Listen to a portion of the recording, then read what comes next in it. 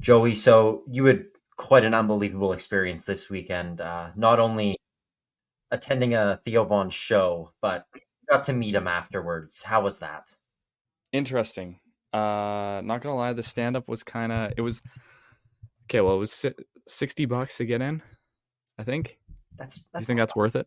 yeah. It's not that bad. I mean, I don't know. The price of everything down here just kind of screws me up. So I don't know if that's a lot to pay or not. I think that's pretty good. But anyways, sold out crowd. There's a lot of people there. So what happened was some of the guys were gonna leave or went for a bathroom break. I think in the middle of Theo Von's set. Okay. And if you don't know, there's two guys that open for him. Mm-hmm. Yeah, so these two guys, so one guy does his set, he did like 15 minutes, whatever. Another guy does his set, he did like another, I don't know, 20, 25, maybe 30 minutes. And then we go back in the middle of Theo's set, and we see them walking around the concourse, like the two guys that just performed. Yeah. And then 'cause we're in a big group, a bunch of the hockey guys went. Yeah. And we meet the guys, and yeah, so one thing, we get a photo with them, obviously, because we just watched them perform. They were like, Yeah. "Yeah, guys, like, if you guys want to stick around and just fuck around for a little bit after the performance is over, like, if you wait till the ushers kick you out and then you go in the merch line, Theo usually sticks around and takes some photos with the last like 50 or 100 people No that are way. left." And so yeah, so one thing leads to another. We're fucking around. The boys are just like, we pregame the thing, so we're feeling good. Like, everyone's having a good time, Yeah. whatever. The stand up itself wasn't like, it's nothing I know. crazy, but it was still like, it's just cool to see the guy, right? But anyways, yeah. So we screw around. We wait a really long time, like a really long time. We were fucking around for probably like 20, 25. We were watching the people like stack the chairs from the main part of the stage, like we're down and where everyone was sitting. Yeah. And so we're like the last people to leave the upper bowl, because we're sitting upper bowl because we're not going to spend whatever the fuck $150 for tickets down there. But yeah, so then we go down and we get in the merch line, and sure enough, the guy shows up. He's taking photos with everyone. Everyone makes a line, and I get to shake the guy's hand. It's pretty cool. We got a sweet photo. All the Canadian boys just chilling. He loved the fact that we weren't American. It was fucking cool, because he was Nice. just in Vancouver. I don't know if you Yeah. saw that. Yeah. I know. Yeah. I was thinking about going, but I didn't think the stand up would be that good. Yeah, it was probably, the tickets were probably a little more expensive up there, but They were 90 Canadian. yeah. So we stuck around. Got to meet the guy, and then because the two opener guys remembered us. Mm-hmm. So we're playing on the hockey team. We're a bunch of Canadians, right? So he remembered us, and we got to take some extra pics, and it was pretty cool. We talked with them for like a couple minutes. It was nice. Nice, man. That's pretty sweet. How anything else the rest of the weekend? Didn't you tailgate a football game the next day? Yeah, I didn't. Well, okay, so I was gonna go, but then I ended up just going back to sleep because I was in a rough. One night. I was in a rough state the next day. I didn't even do. It was so bad the next day that I didn't even have a. I think I had 2 beers the next night. I couldn't taste the fucking taste of alcohol the next day. It was fucked. It Fair enough. was I was not feeling up to it, as they say. For the next that would have been Saturday night. But then Yeah. Sunday, dude, I can't believe how good I felt on Sunday. Like, it's been a long time since I felt that really good on Sunday by not like Well, that's being good. hungover as fuck. Because I went to bed at 12:30. I was in bed. I was sleeping. Yeah, and then it was some of the boys came into my room at like 1:30 in the morning. I was about to throw some hands because I was half asleep. But yeah, no, I woke up the next day and I was like, oh my god, I'm in shock. Like, I feel this is probably what normal people feel like on Sunday, which is nice. But yeah, it was cool. It was a pretty good weekend. Let's say that. Nice, buddy. I'm glad to hear it.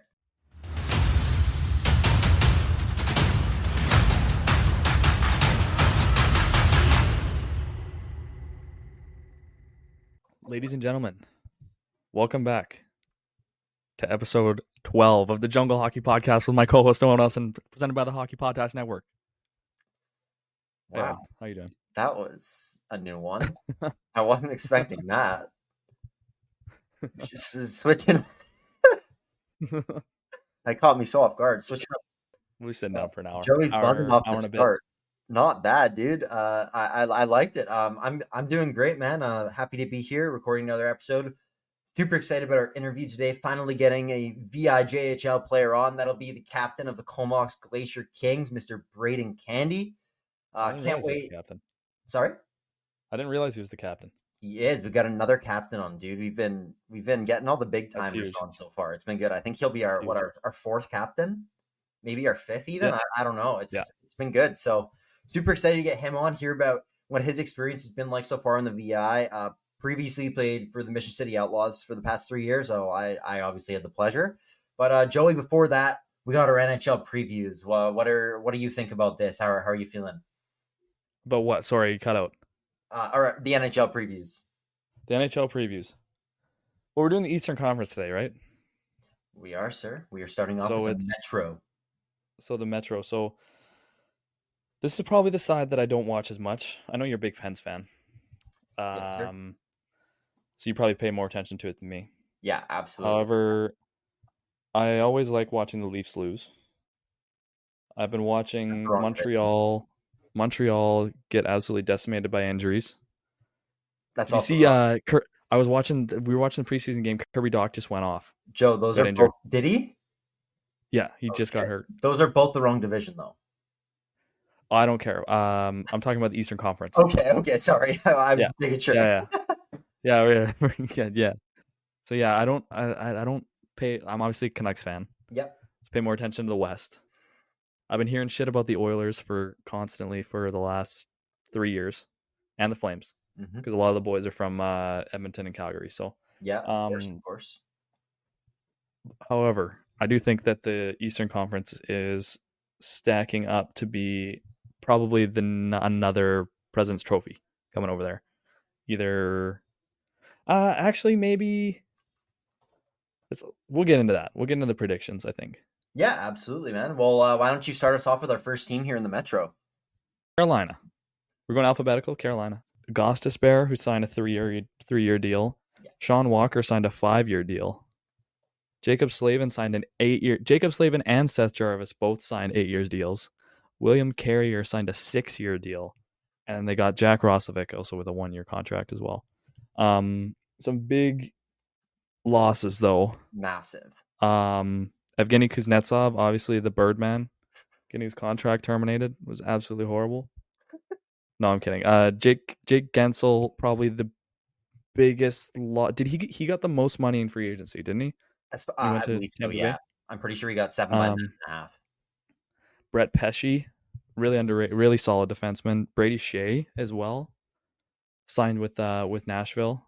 Teuvo Teravainen, who I never thought would ever leave Carolina after he left Chicago, goes back to Chicago. Which is just a great signing for Chicago. I love that signing, but I like it a lot. And Stefan Noesen, I think that's how you say his last name. 3 years with New Jersey. So overall, I'm looking at their depth chart, Owen. What do you think? Big losses, dude. I mean, yeah. They give up this. I think last year was Carolina's year. They were my cup favorites. Them and Dallas, I thought were going to be in the finals. Obviously, both fell short in the conference finals. But I mean, you give up a lot of assets to get Gensel. Just not sure people remember, but one of those assets they gave up was Michael Bunting, who is a very solid player who fit in amazing in Pittsburgh. So not only did they give up prospects, but they gave up a good roster player there too. Brett Pesce, like you said, super underrated. He'll be great for the Devils. Brady Shea had a really good year last year. Probably not going to repeat that success. He might have got a little overpaid. I'm okay with them letting him go. I think Gostisbehere is a great replacement for Shea. And then Sean Walker is also a decent replacement for Pesce. And then obviously locking up Slavin and Jarvis is huge. 6 years for William Carrier is a bit... those long-term deals for bottom 6 guys usually don't work out. And then Jack Roslovic gets a prove-it deal where when you look at the departures, he's probably going to get pretty good minutes. So they're going to be a good team again. There's no doubt about that. But I don't quite think they're going to be a favorite like they were last year. How are you I don't feeling? think they're I don't think they're nearly as good as last year. I love their goaltending duo though. Yeah. I absolutely love Anderson and Kochetkov. I think they're both really good goalies. However, I agree with you. I don't think they're going to be nearly as good as they were last year. Their top six, losing Teravainen is big loss. Losing Gensel is also a big loss. Yeah. Their No. D aren't horrible. Their D are still Like I very like good. like I would have loved to see Pesci stay or Shea stay, one of the two. Yeah. Big losses, man. But I don't know. What do you think? Do you think what are we gonna do? Are we gonna do like We'll do a a prediction at the end, like prediction usual. at the But end? we can Okay. still give our rough. Like, I think this is still definitely a playoff team, probably a top Oh, three. No, 100%. I don't think they're a wild card. 100% playoff Another team. big thing is their general manager Dom Waddell has moved on to Columbus, and in my opinion, one of the best GMs in the league. So I think that's a pretty tough loss for them. I mean, are you good for Carolina? Do you got much else? I don't think so. I think that's pretty much covered it all. Okay, well, I mean, then that's a pretty smooth transition into the Columbus Blue Jackets, where Carolina's general manager, like I said, Dom Waddell, has just moved on to. Right. Obviously, Columbus had a tragic offseason Oh yeah. when it comes to the Johnny and Matthew Gaudreau situation. So that's obviously been really hard to kind of think about the actual hockey aspect here, but we're just gonna, do our best to give a normal preview like we will for every other team, in light of everything. Yeah. So we'll start off with the acquisitions here. We got Sean Monahan signed on a 5-year deal. Kent Johnson re-signs a 3-year deal. Igor Chinikov signs a 2-year deal, or re-signs a 2-year deal. Jack Johnson, how is this guy still in the league? 1-year deal. Kirill Marchenko also re-signed for 3 years, and Jordan Harris was acquired from Montreal in the Patrick Laine trade. A pretty underrated young defenseman who will probably play pretty big minutes in Columbus. I'm not huge on their decor. Yeah. Obviously, when it comes to their losses, like I mentioned, Patrick Laine was traded to Montreal. Alex Texier was traded to the St. Louis Blues.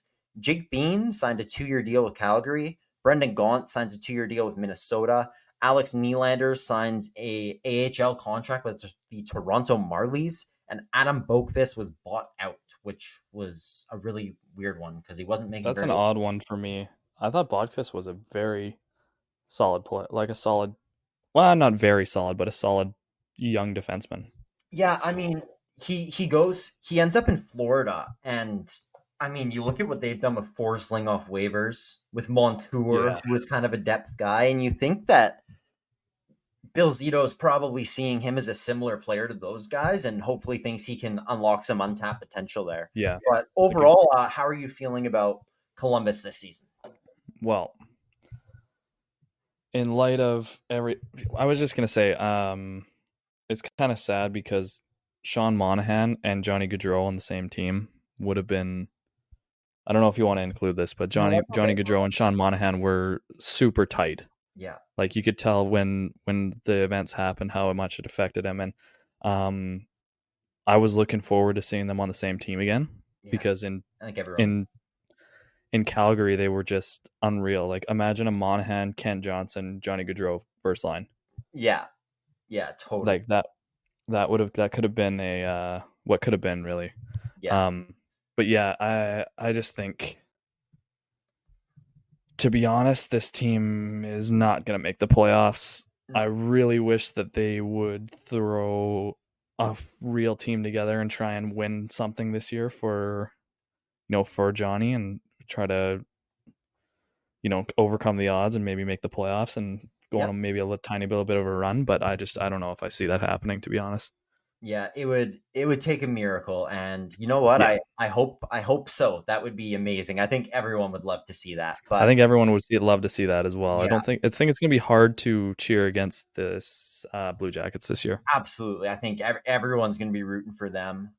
Like you said, Sean Monahan said he moved there to play with Johnny, and Johnny's wife Meredith Gaudreau also mentioned him and Kevin Hayes, one of Johnny's other best friends, with a very specific, long, heartfelt speech at the service. So it just again shows how close they were, and I think Sean Monahan could have a monster season this year, Yeah, regardless of just how yeah, the team does. He had 2 goals in his first preseason game the other day, and I really hope that he's able to find success and able to just kind of push through. And obviously he'll be doing everything for Johnny. As yeah, for the team's expectations itself, you can't ignore that they have some really, really good young pieces. Kent Johnson, Igor Chinikov, Kirill Marchenko, all just re-signed. All those guys have top six potential. All of them could score 20 goals this year, no problem. I'm sure Marchenko did last year. Pretty sure Chinikov might have as well. And yeah, then think about it. They got Cole Sillinger, who I think has some room to grow this year. I think he needs to take another step, and I think he can. That guy's a mutant off the ice, and he trains like no other. And his dad played for about 25 teams in the NHL himself, so he's got lots of yeah, experience there. His dad was a pretty good player, so. And then can't forget Adam Fantilli as well. I mean, that guy's going to be a star. And then some good young D like David Juracek is going to be awesome. So they're not hopeless, especially for the future. But I think this is another year of, kind of figuring out an identity. Line A's gone. Guys are going to get opportunity. So I think if Columbus can establish an identity this year, get another high pick, they'll be looking good in 2 or 3 years. And I hope that Sean Monahan has a big year. But as for the team, I think they'll be in towards the bottom. it'd be huge, man. Alrighty. Well, Um, you want to move us on to our next team? what are we running to? The New Jersey Devils. Mm-hmm. Um, the new landing spot for Jacob Markstrom, the ex Canuck, Yes, sir. who was acquired in a trade from Calgary. Which I think is the right move. When we get in the Western Conference, I think it's the right move for Calgary to give Justin Wolf a fucking chance. Finally. But anyways, I think Markstrom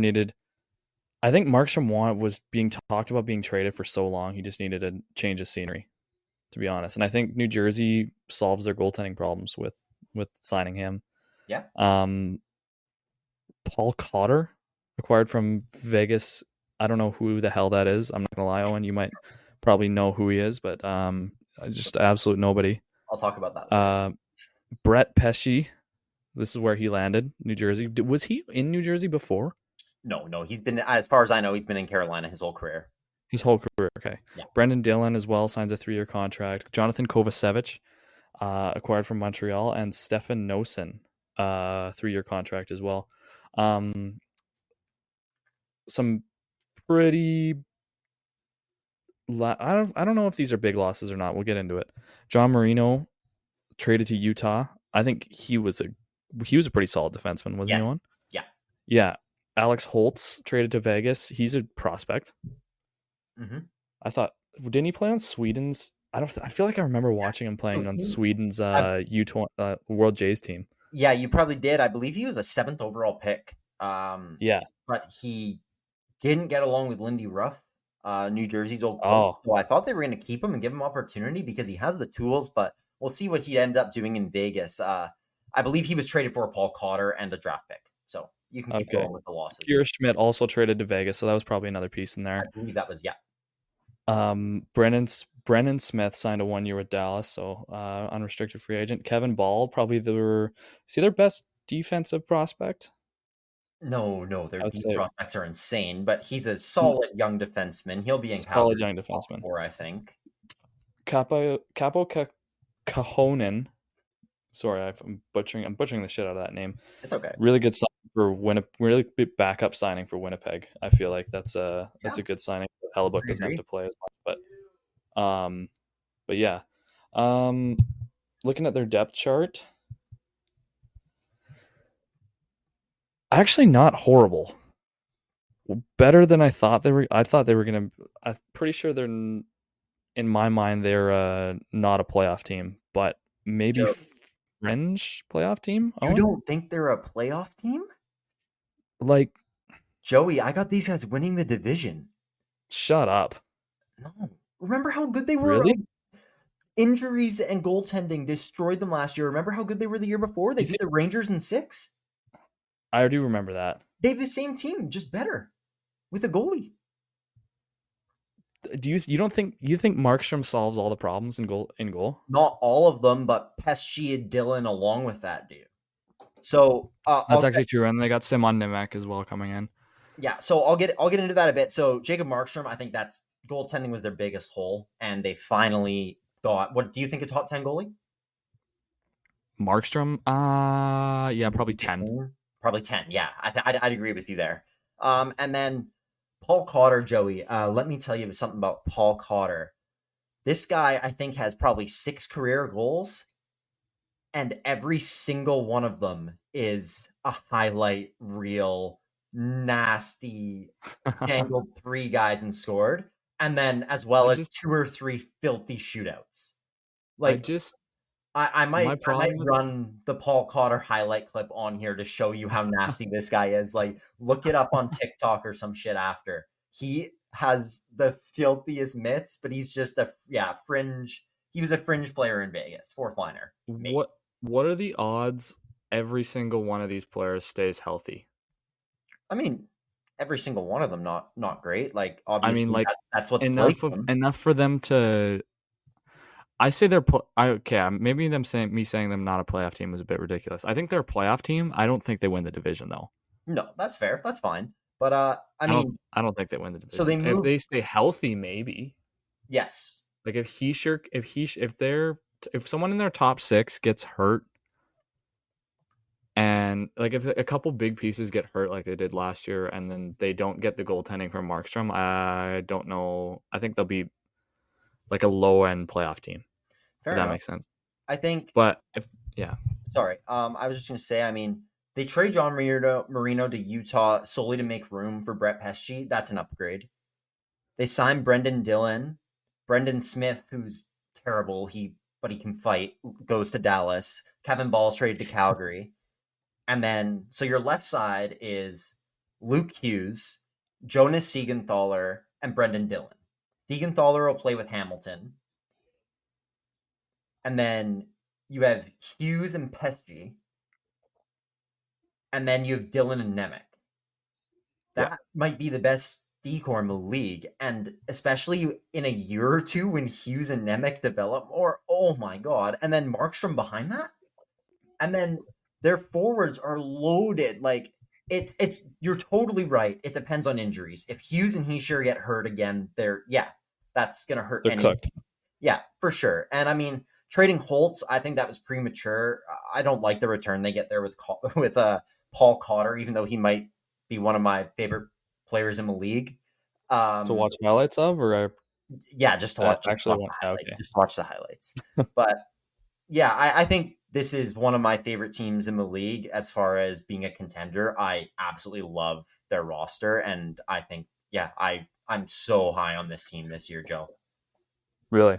Yeah, 100%, man. Okay. But I think that's enough for the Devils. You want to get into the Isles here?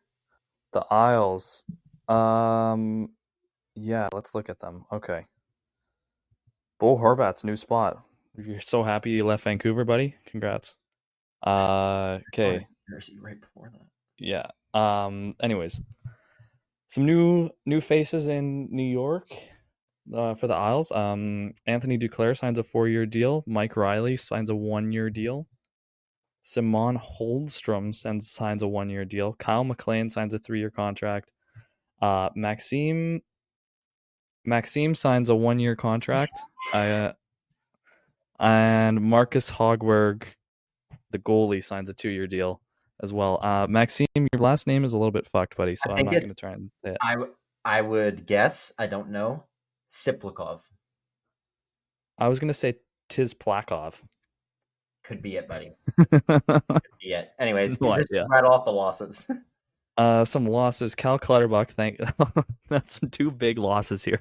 Cal Clutterbuck and Matt Martin. Matt Martin signed a PTO though. Matt Martin signed a PTO with them, so he might be back, but we'll see. As a boxer or as a hockey player? As a boxer. As a boxer, okay. Sebastian Aho on D, they lose. Signed a 2-year contract with Pittsburgh. Robert Bortuzzo signs a 1-year contract with Utah. Carson Kuhlman, free agent, and Paul Ledoux, free agent. So not very many losses for New York. Yeah, I'll Um, get into it a bit here. So Anthony I Duclair, love Ilya I'm pretty high Sorokin. on that signing. I love Ilya Sorokin. I think if he plays really well, they can maybe. Uh, what do you think, Owen? I don't want to say anything stupid. No, You've it's done okay. more research than I have. I'll kind of just go through it here and then I'll pass it over to you. So I like the Anthony Duclair signing. I think he'll fit in well there. They need a more offense and he'll help provide that. Mike Riley, solid depth defenseman. Re-signing Simon Holmstrom. He was, I believe, might have led the league in shorthanded goals last year. He was unbelievable in their bottom six, so I like that they kept him around. Kyle McLean, another guy who I heard, don't know much about him, but heard he was quite good in their bottom six last year. And then Maxim Siplikov is a signing from Russia, kind of a Kuzmenko type. I don't think he quite put up the numbers Kuzmenko did, but he should be a good enough third line player. And then Marcus Hogberg, just an extra goalie to have around. He'll be their third goaltender. No big losses here. I think every single loss is a positive. I'm not a don't think any of those players really provide any value. Like I said, Matt Martin is back on a PTO. Then Joey, I think this goaltending tandem might be the best in the league. You want to talk about that? Yeah, that's what I was gonna say. I love Ilya Sorokin. Varlamov is. I don't know if it's the best in the league. Top five. Carolina's is pretty good too. It's not that good. It's probably not that good. I think Freddie Anderson's gonna have a revenge tour, but I don't know.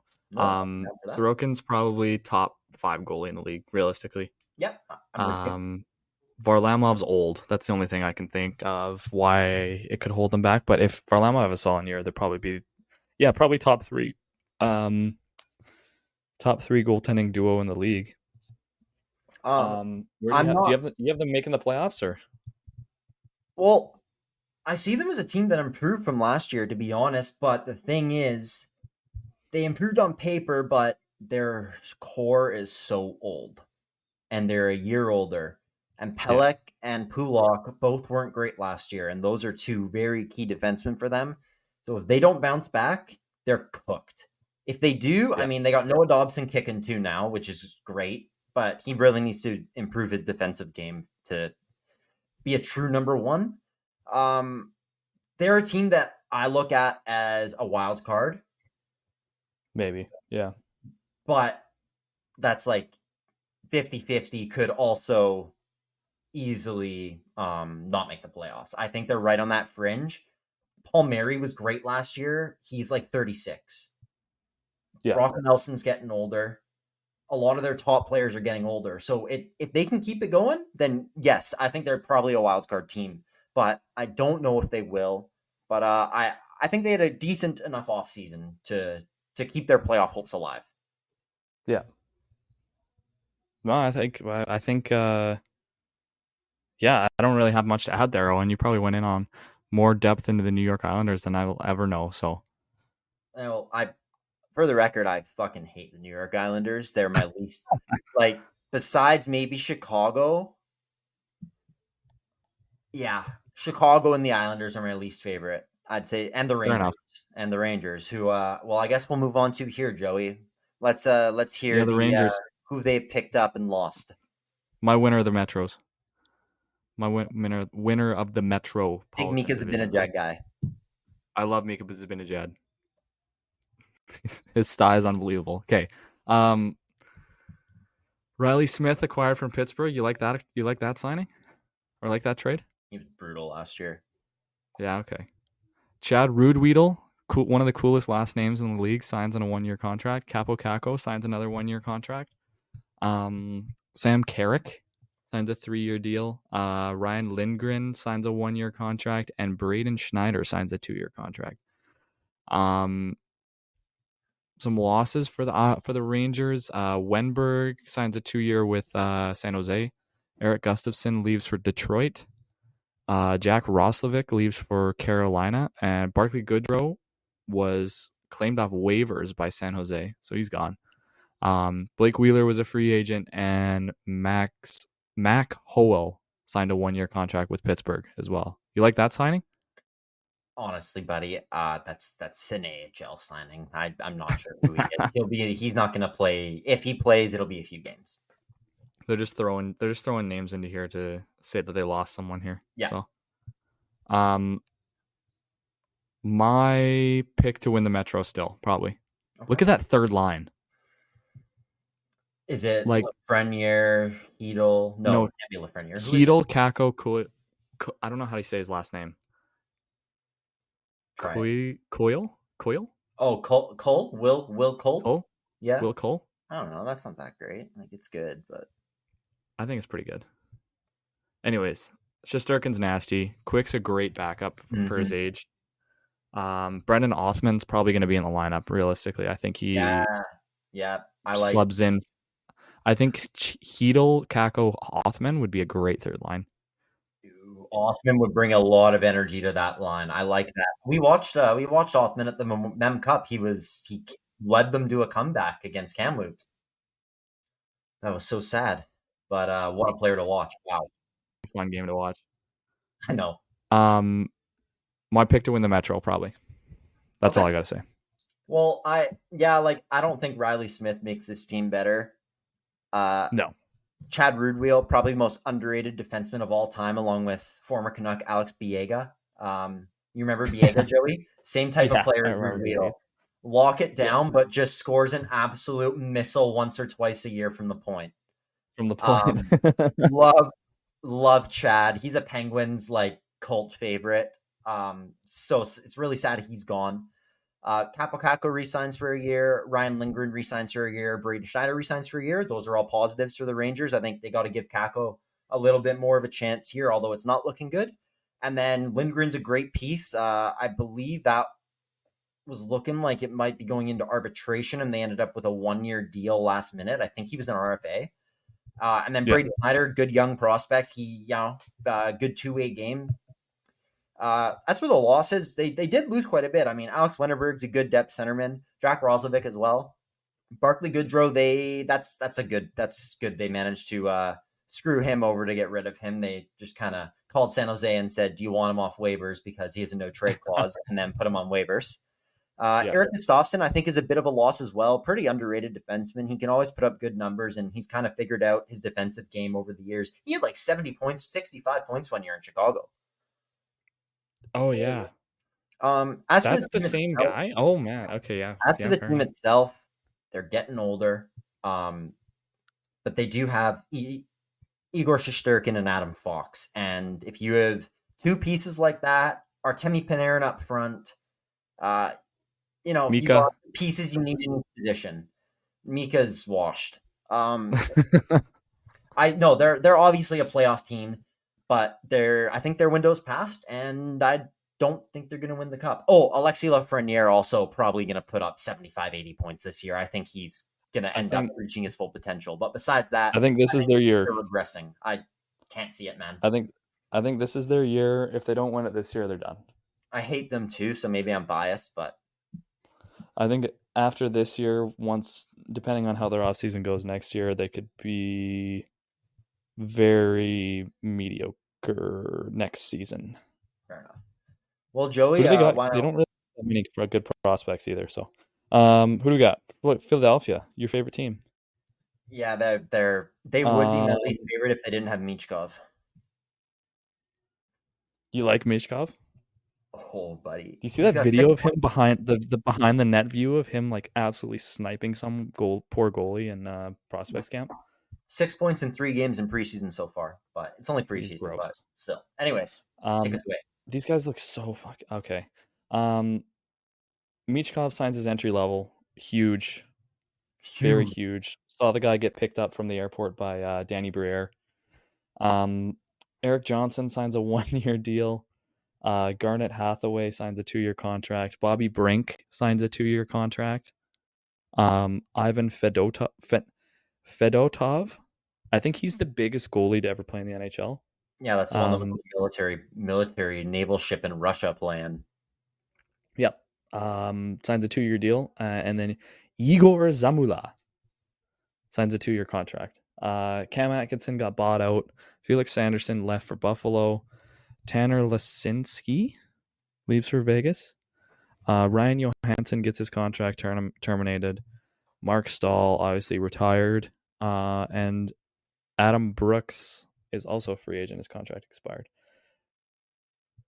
What are we thinking about the Flyers, Oli? They suck. Yeah, they're not But very good. I believe this was your Jack Adams pick, Joey. You took Torts. Torts is if your Jack they Adams, if so they you're supposed to be if high on Philly.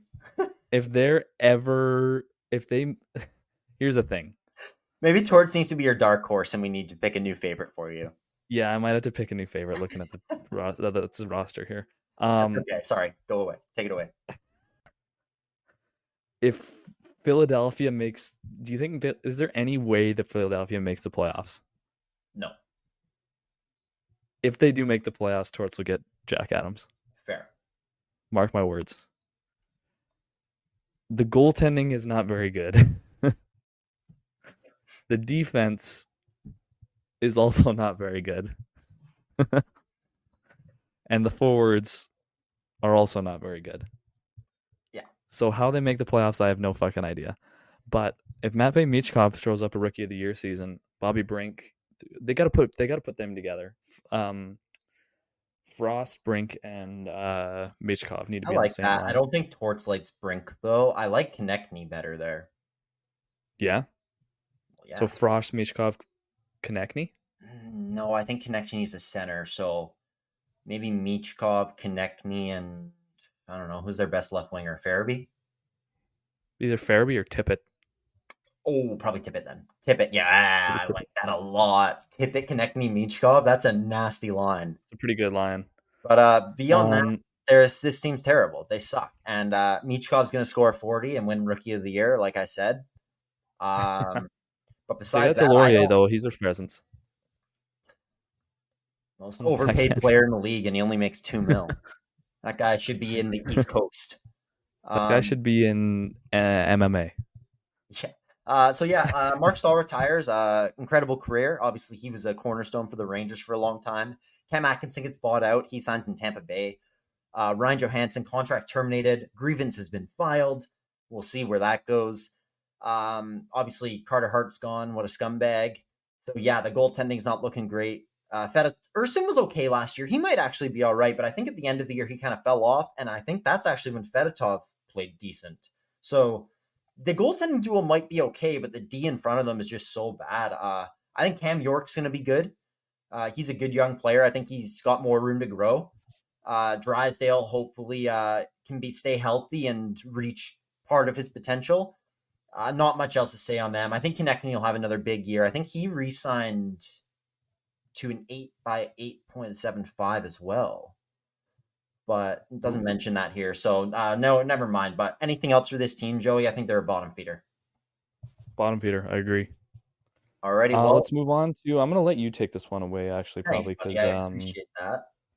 The Pittsburgh Penguins. The Pittsburgh Penguins. This is probably who I should have said is going to win the Metro when Sid throws up 120 this year. No, obviously not. But we acquired Kevin Hayes from St. Louis. They gave us a second and a third to do it. So, or I think they gave us a second. So I'm cool with that. They also retained half his salary, so he'll be our third liner. Hopefully, he can produce a bit. Anthony Beauvillier, they got him playing with Sid and Rust right now.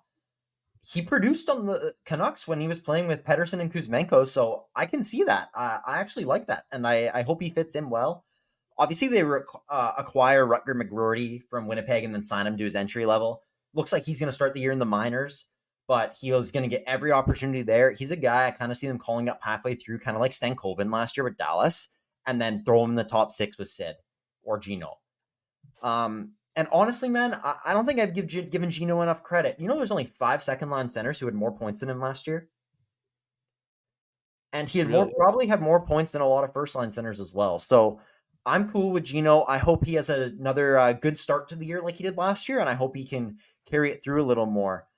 We signed Matt Grzelcyk from Boston. Solid defenseman. I think he's a good puck mover, and hopefully once in a while known to make the odd mistake, but I think his puck moving ability will fit in well, and he's usually pretty defensively sound. Blake Lizotte, love this signing. I think he's going to be great. Great pound of PK, good depth player. And then Cody Glass, not really sure where this is going to go. We saw him playing the dub once, Joey. You remember that? We saw Oh Portland yeah, or I do. Vancouver. Portland, yeah. Yeah, so hopefully he can find some of that former 6 overall potential in Pittsburgh. Riley Smith moves on, like I said, traded to New York. That's no biggie. He's not very good. Jeff Carter retired. Great career, like amazing career, but oh my goodness, thank God he is gone. He was horrible the last 2 years. We signed Vinny Hinostroza to a 2-year deal. Sorry. We lose Vinny Hinostroza, signs a 2-year deal with Nashville. He wasn't great, barely played last year. Jansen Harkins goes to Anaheim. He sucks. POJ signs with St. Louis. He's who we got in the Phil Kessel trade, so great return there. Good job, Rutherford. But not bothered. He's not very good. And so Joey, obviously, this is a playoff team. They had the worst power play in the NHL last year, and that is solely responsible for them not making the league. They fired the man responsible. Thank goodness. The assistant coach, or Yeah. I'm actually, his name's slipping my mind right now. Even though I was screaming it, calling for his head all year last year. But anyways, he's gone now, so the PP is going to be fine. It's going who to the hell is Saint Ivany? He's actually, I forgot to mention him, Jack St. Ivany, right? I'm assuming the third pair defenseman. Yeah, he's actually. I've never heard this guy before in my life. Pittsburgh always finds these random solid shutdown guys out of nowhere, like Brian Dumoulin, and I think he's kind of one of them. He's looking really good. I think he's going to make the team, and I like what I've seen and heard about him. So keep an eye on St. Ivany this year for Pittsburgh, actually. But I think their D is better than it was last year by adding Grzelcyk and hopefully St. Ivany. Their forwards are much better this year by adding Hayes, Beauvillier, Lizotte, Glass, and losing Carter, Harkins, Hinostroza, and Smith. Okay. The one downside, Sid, Gino, Letang, and Carlson all played 82 games last year. First time that's ever happened. And they're all a year older. Make the playoffs, and they're all a year older. That is a concern, no doubt. Tristan Jarry played pretty good last year, but down the stretch, he wasn't good. Down the stretch, Ned carried us. However, down the stretch, we went like 13-2 in our last 15, not our last 15. We slipped again at the end, but we had a really good stretch there towards the end where we were way out of it, looking like we were going to get 8th overall, and then ended up missing by 1 point. So we were that close. Hopefully, everyone can stay healthy again. Not sure if they'll be able to, but I really hope so. And regardless, I think they have the depth this year where they can push through some of these injuries. And this is a playoff team for me, Joey. No doubt. Sid's obviously going to have another huge year. I think they missed the playoffs. Okay. By 1 spot again. What do you think about what do you think about the adds and losses? For me, I like the Jagger McGarty trade. I think that's a really smart trade. I think for both sides. I liked as well, thank goodness, Jeff Carter, great guy, Jeff Carter, but it was time to go. Yeah. For me, actually some solid depth players, but I feel like if they're going to rely on Carlson, Letang, Crosby, and Malkin again for another year, for another 82 games, they're not going to be able to rest these guys. These guys are going to have to play every game. They're going to have to put up some major points, not get injured. An injury to two of those 4 guys kills the season. Yeah. So if they stay healthy, maybe they squeak into the playoffs for me, but I just don't see – honestly don't see it happening with the fact that just how old those guys are. Like, you realize how old they are. Yeah, of course, but they're still all elite. Letang had one of his best seasons ever last year. That's true. I don't know if defensive season last year. So if they stay healthy, they can possibly squeak in the playoffs for me. I think so. Another thing just to quickly mention, obviously, Stid, the kid, extends his contract. What a psycho. Keeps it at 8.7, just like he has his whole career. So another 2 years of Sid after this one, Penguins fans. Thank the Lord we get to watch this guy for 3 years at least. I think he'll retire Penn. I sure hope so, buddy. Maybe But not after this year, but maybe after the year after. yeah, Maybe no, after the next contract. Sorry. yes, thank you. Yeah. Okay. Well, you want to move us on to anything else for Pittsburgh? Sorry. The Caps. The Yeah. Let's go Caps. on to No, the I don't think so. I think I gave my my prediction. Mhm. Um, It's our the last team in the Capitals, Metro, by the way. last team in the Metro. Holy fuck. Um, okay, Pierre. Oh, excuse me. Pierre-Luc Dubois signs from or acquired from Los Angeles. Andrew Mangiapane acquired from Calgary. Logan Thompson acquired from Vegas. Jacob Chitrin acquired from Ottawa. A lot of trades flying around with Washington there. Yeah. Matt Waugh signed a 6-year deal, and Brandon Duhaime signs a 2-year deal. They lose Darcy Kemper to LA in the Dubois trade. Beck Malenstein was traded to Buffalo. Nick Jensen was traded to Ottawa. Aube Kubel signed with Buffalo. Joe Snively signed with Detroit, and Max Pacioretty became a free agent. Who is now signed a PTO with Toronto, by the way. I saw that. Yeah, sorry. Well, yeah. What are your expectations here? A lot of moves. Obviously, trying to keep the team competitive during Ovi's goal chase. What do you think? During Ovi's goal chase, they've already committed to helping Ovi make it all the way to beat Gretzky. Yes, sir. He doesn't do it this year. I don't think he does it this year. I don't think he does it next year. I believe he's like 46 away, something like that. So not this year. I don't think he does it this year. I think it's next season, realistically, if he's going to get it done. Mm-hmm. That means you got to keep trying to stay competitive for 2 more years while having basically a giant cinder block on the left wing, shooting 1 tees from the top of the circle. So he's as soon as he hits his I think it's going to be a good thing for the competitiveness of the team once Ovi hits that milestone and gets over the line. But until then, I think it's going to be a struggle for them. They don't look horrible. I like their goaltending combination, Lindgren and Thompson. However, they should have taken Michkov. Did they have a chance to take Michkov? I forget. Or were they pick away? No, they did not have a chance to. They were a couple picks away. I really wish you went to Washington. Their top 6 is not horrible. Their top 4D is not horrible either. I completely agree. And then their goaltending is. Are these guys a playoff team? No. You don't think so? Okay, if the Pens aren't, if you have the Pens as making the playoffs, I was going to say I don't think these guys make the playoffs. Yeah. We'll have to look at it. I don't know. Trade. I mean, who knows with this guy? He's shown he can dominate. He's such a gamble. Such a gamble. Mangiapane, great acquisition. Logan Thompson, great acquisition. Jacob Chitrin, great acquisition. Matt Waugh, great acquisition. Maybe a tiny bit overpaid or maybe a little too long, but great acquisition. Brandon Duhaime, decent depth. They trade Kemper. He was brutal last year. Charlie Lindgren took the reins, and I think him and Thompson are a great tandem. Melenston traded to Buffalo. Nobody depth player. Nick Jensen, really underrated defensive defenseman, traded to Ottawa for Chitrin. No biggie because they got Chitrin. Aube Kubel signs with Buffalo. Snively signs with Detroit. And so, like you said, yeah, Pacioretty. I mean, none of those guys are big losses, man. Like it's. I mean, except Jensen, none of those guys are big losses in my eyes. Like, yeah. They could make the playoffs, but I am not going to have them in. They're could sneak into a wild card, but yeah, I mean, the main thing's Ovi's goal chase. Hope he gets it. So excited for the day that happens. Imagine he throws up 47 this year. Like, then they make the playoff.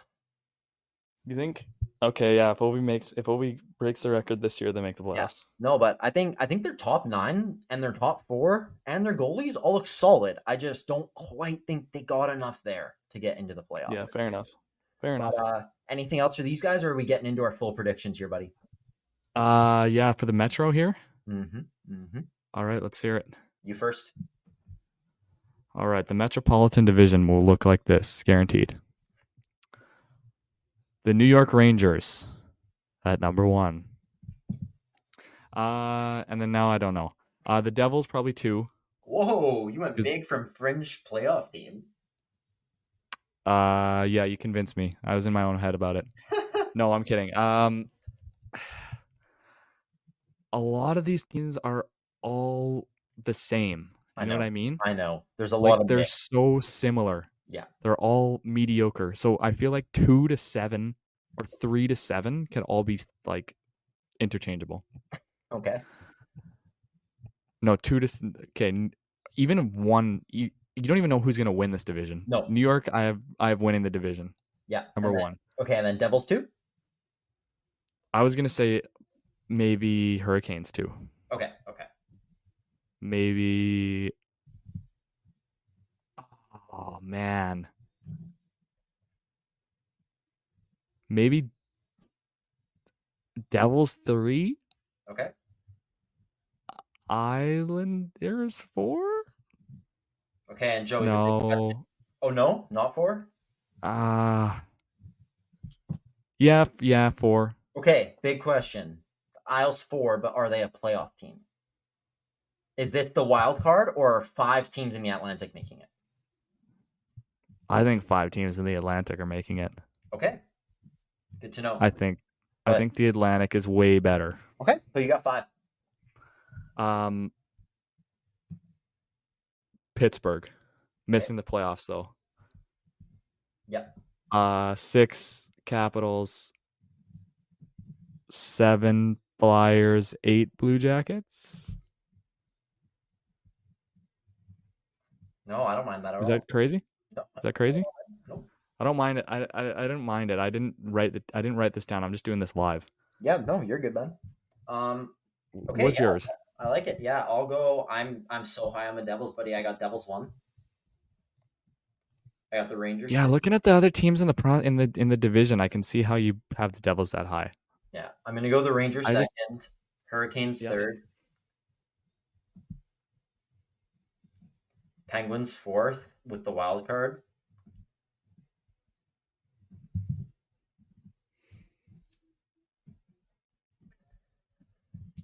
Gets hard here. It really does. Yeah, like it's like you think about it and you're like, all the teams are the same. They're all crap. Is it crazy if I go 5 teams from the Metro though? I think so. Well, just look at the Atlantic. Look at the Atlantic and tell me that Montreal. I don't like Detroit. I don't like Buffalo. I don't like Montreal. Boston's making it. Florida's making it. Toronto's. Yeah, dude, I can't have Tampa miss. Fuck, you're right. Yeah. Realistically, it's Toronto, Tampa, Bruins, Panthers are guaranteed. Yeah. Okay, I'm with you. One of those teams squeaks in. I'm with you. Higher than the Pens. So the Penguins 4, they make it. I'll go Caps. The Caps are 5th. The Isles are 6th. That'll all be so tight. And then I think there's going to be a little gap with the Flyers and then the Jackets below them. No, I'm going to switch that. I'm going to go Jackets and then Flyers. Flyers below the Jackets, eh? Yeah, they suck. Torts is a moron. But yeah, buddy, well, there you guys. Is he actually my pick for Jack Adams? What was I thinking that day? I don't know, buddy. All right, let's run into our interview. Well, yeah, buddy. So, pretty good predictions there. Now you've heard it. You can hold us to it, Joe. We'll get it. We're gonna start rolling some graphics out with all our predictions for everything and get those posted. So I gotta make those actually. Yeah. Yeah, it's okay. So we'll get those all rolled out so everyone can see them for the record, and then that'll be set in stone. But that's gonna be it for our Metro. I think real quick, because the season is starting October 8th. We're going to do our Buffalo Sabres preview October 4th. Buffalo is opening the season with New Jersey and Prague. So we're going to do Buffalo really quick, but only Buffalo. Just to give them a preview. Because by the time this episode... Is it by the time we post?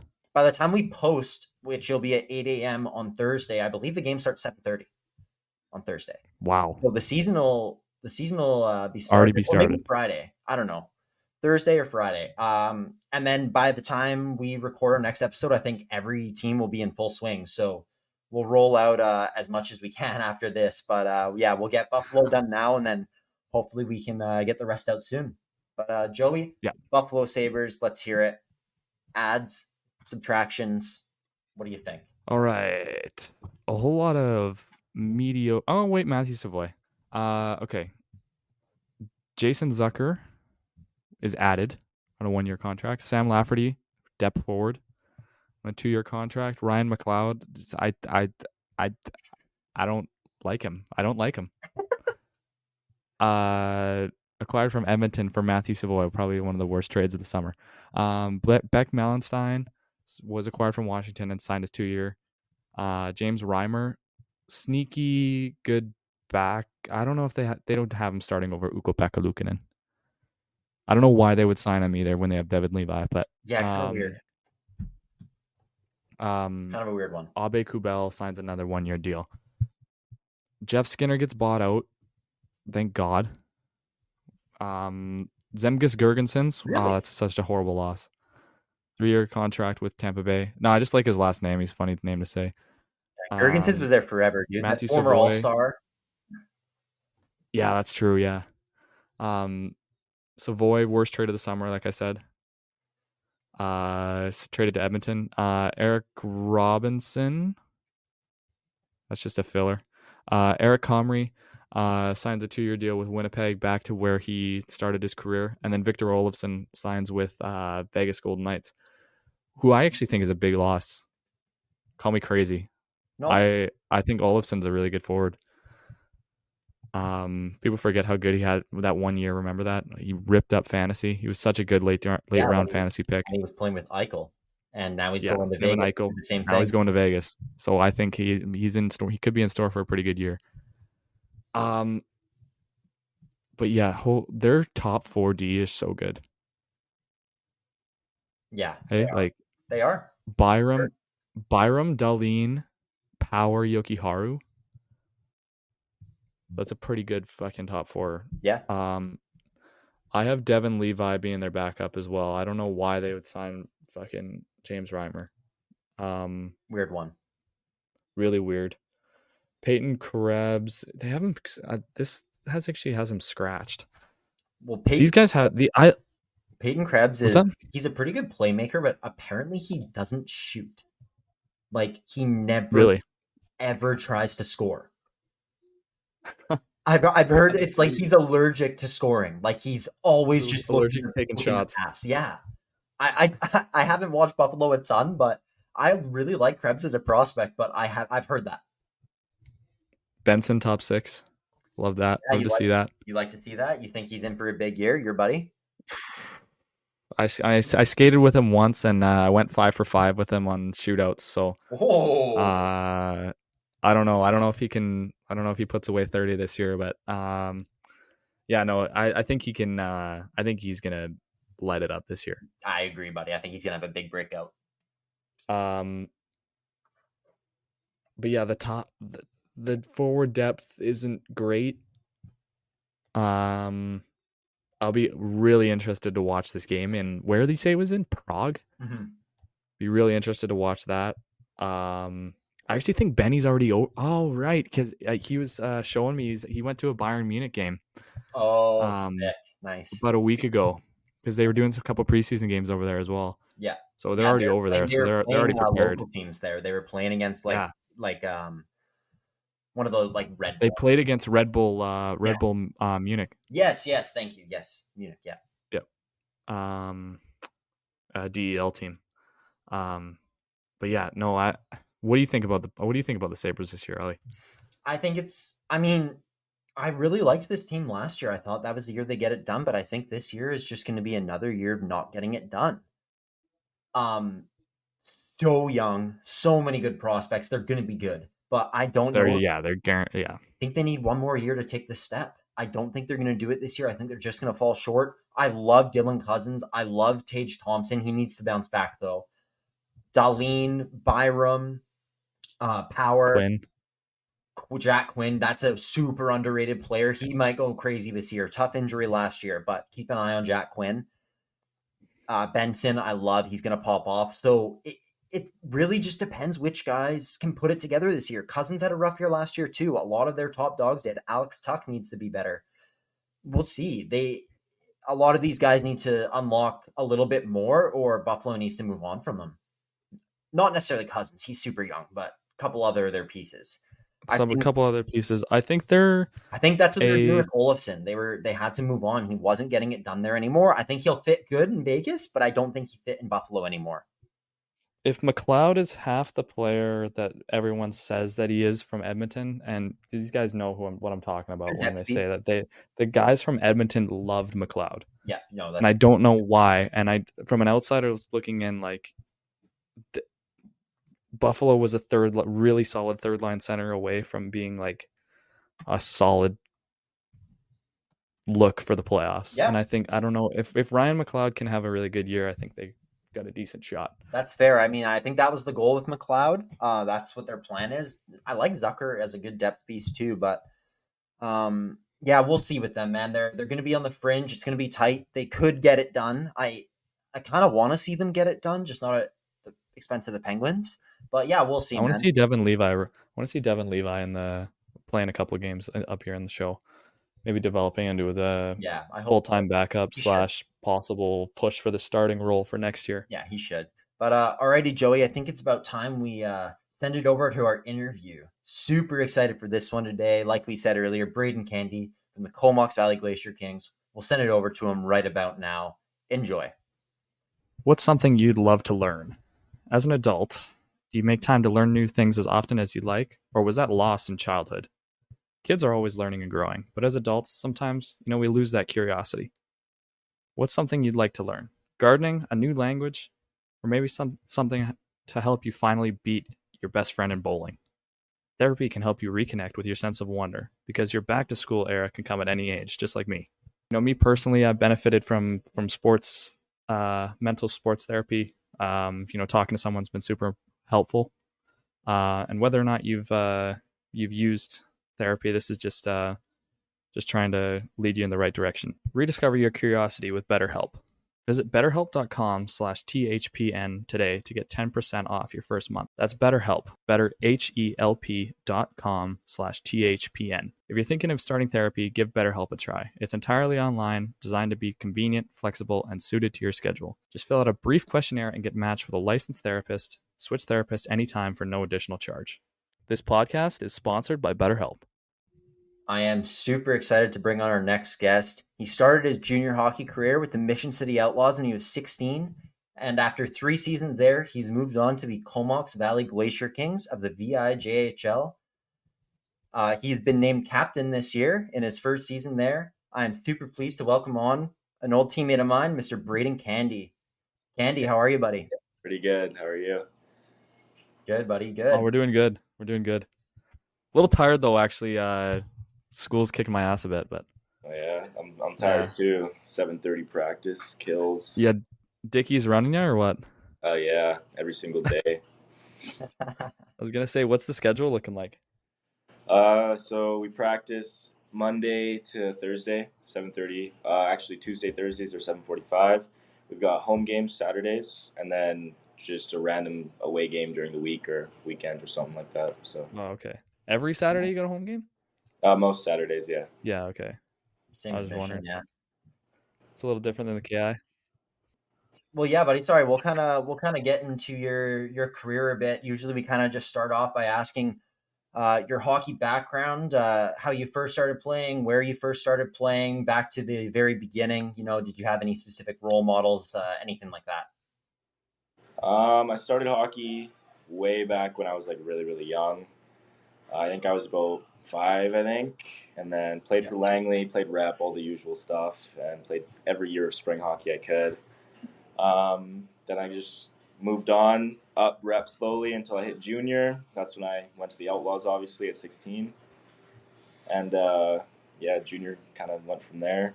And then any role models I've had? Owen Elson, probably. Owen Elson, there's one of them. My favorite player has been Patrick Kane since I was really really little. So that's kind Oh, of. Kane, are you a Blackhawks fan or? I am a Blackhawks fan. Yeah. That's huge. That's great for the culture. That's awesome. Yeah. That's awesome. Well, yeah. So you said you started when you were a kid. You played. Where do you play minor hockey? Langley. Langley. Okay, so that's where you're from, eh? Yeah. Yeah. You ever play? So how old are you? You're 05, so we would never played each other, eh? No, probably not. You never played AAA or anything? Why do you when you were 16? What was the thought process from going straight to junior there? Oh well, I was on Sharpshooter Academy, which is I train there every year. Great Yeah. association, everything, great training. And then I went and I did this Canada Day Cup with the Outlaws actually, and I signed right from there. And it was like, whoa, really big shock, right? It was definitely pretty scary playing with 20-year-olds and stuff, like huge age gaps and everything, right? So Yeah. yeah, So how did that work? Did was that VIJHL at the time or was that? yeah, that was Yeah. Okay. So what? Brad just comes up to you. He's like, "I want to sign you," or what? Well, yeah, we played. Actually, I played really well, I think, in that cup, and then a couple days after that, he gave me a call and told me he wanted to sign me. So, Oh, okay. Did he talk? He didn't talk to you at all during the weekend or what? not really. No. Okay. He just called you. Yeah, it was out of Sounds nowhere. like a VIJHL move. Yeah. Nice. Well, I mean, maybe let's talk a little bit then about your 16-year-old season with the Outlaws. I mean, obviously it was a little scary for you, like you said, but your first game, you actually scored your first career goal in Langley. So, what was that experience like for your first game at home and scoring? Well, I had a bunch of my buddies there, and like my whole family was there, so it was amazing when I scored. But I was almost puking right before I went on the ice and everything. Like I was super super nervous.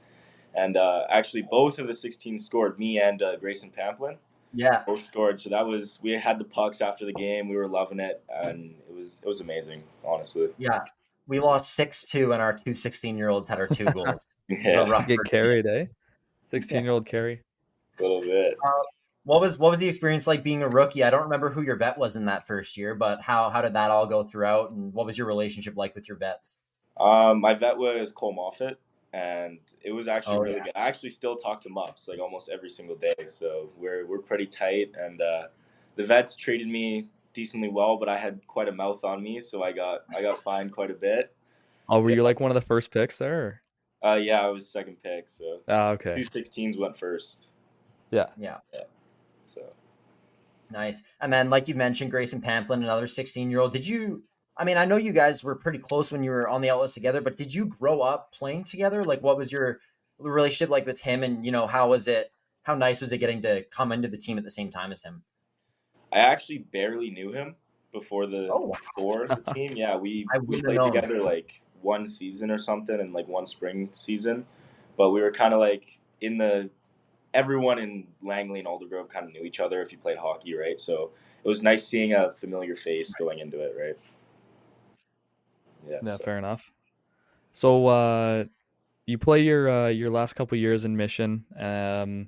Obviously we mentioned you've made the jump over the VI. So how did that come to fruition? Like what was the thought process there, and like how did obviously Dickie moving over there as well. We had him on the pod, so we talked about it a little bit.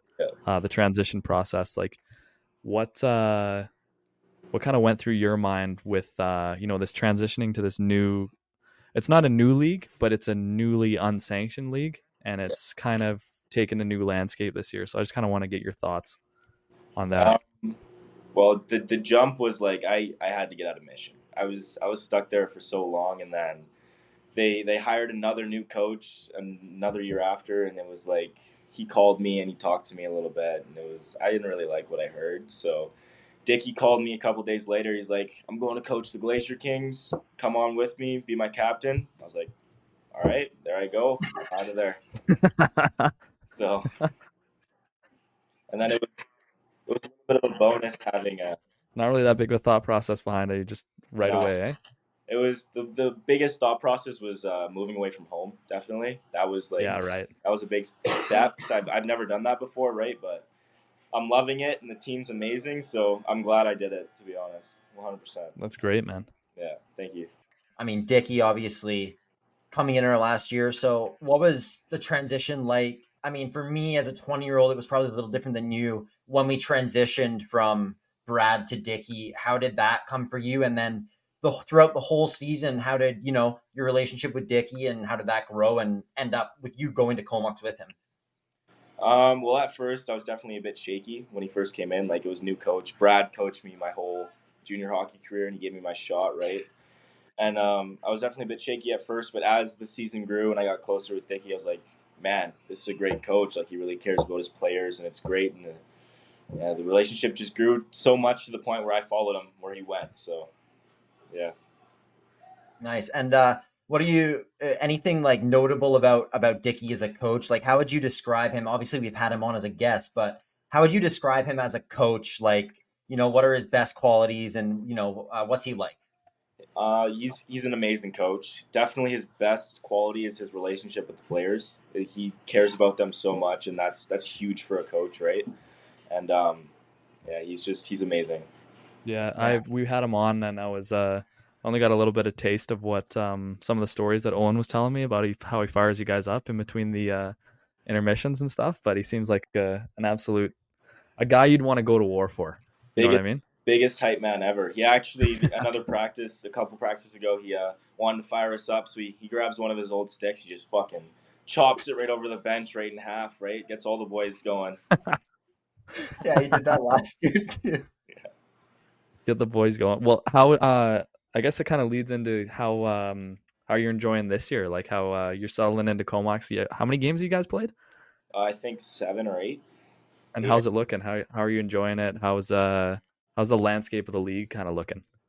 The league feels really fast, like a little bit faster than the Pidge, I think, and everyone's really physical. But we're middle of the pack right now, not doing too well, not doing too bad though. And everyone was like doubting our team. We're brand new, Yeah. right? Like lots of new players, and we're keeping up with everyone we play with. Every single game, it's amazing, but we just have a really hard time in the first period for whatever reason. Like last game, we went down 4-0 in the first period and ended up losing the game 6-5. Right? Like Yeah, that was a barn burner. I saw that. Yeah. yeah. Yeah, so we just if we can figure out how to start strong instead of finish strong and like play a full 60, I think we'll be quite well in this league. So Like you said, teams play 7 or 8 games. I mean, you've been off to a pretty good offensive start. 5 points in 7 games so far. I heard you at a game winner as well. But I'm interested. You've always been one of the most physical players on the ice. How has it been getting to finally play with a visor for you and for Charlie as well? I'm interested to see how he's been with one. oh, Charlie, well he's missed a bunch of games because our first preseason game he took a puck right to the mouth and it just messed up his teeth. It was brutal. So he was out and he put a cage back on, right? But he actually is in a visor today at practice. He popped a new one on, so we'll see how that Nice. goes. But for me in a visor, I love it. I've taken a couple of sticks to the face. Definitely, they hurt, but I love physical play. Like I love hitting and everything. And I've asked at least 6 guys to fight me, and no one has yet. So I'm No one excited wants to to see go if yet, that eh? happens. Well, if there's any takers in the VI listening, Andy wants a challenge. So Whoa! Slow Okay. down, slow down. Miss some next team. Who do you play next? Saanich. Sanish is gonna send their biggest goon after you after hear this, bud. So keep your head up. I'm ready. uh, what else? What else did I have? Yeah. So you guys start off this year.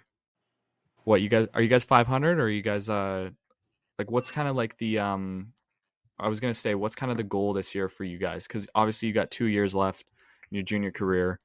Um, you guys look like a playoff team this year, and then kind of take the stepping stone next year into kind of a championship team, or is it more so like how do you guys look for that sort of landscape?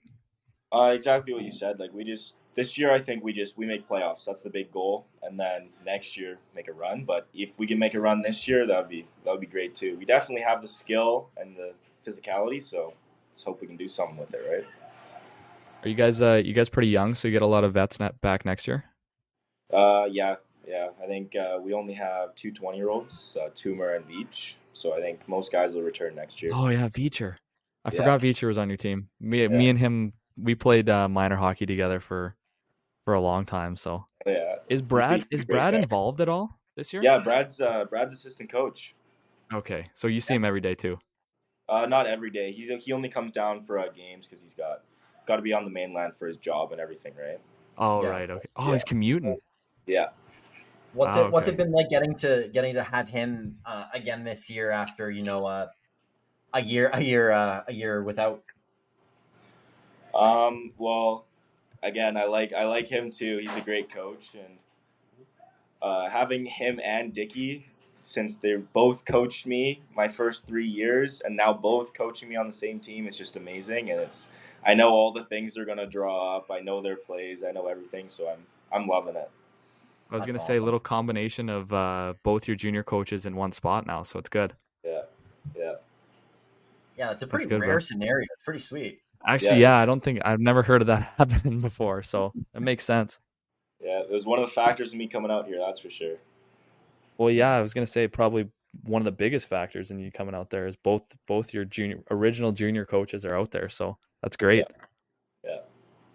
Another great new thing about the VI Candy, well, about every other team except Mission, but you finally get the full dressing room experience. How amazing has that been? It's so much better. Like, you guys have no idea. Hauling your gear to the rink in junior should be illegal.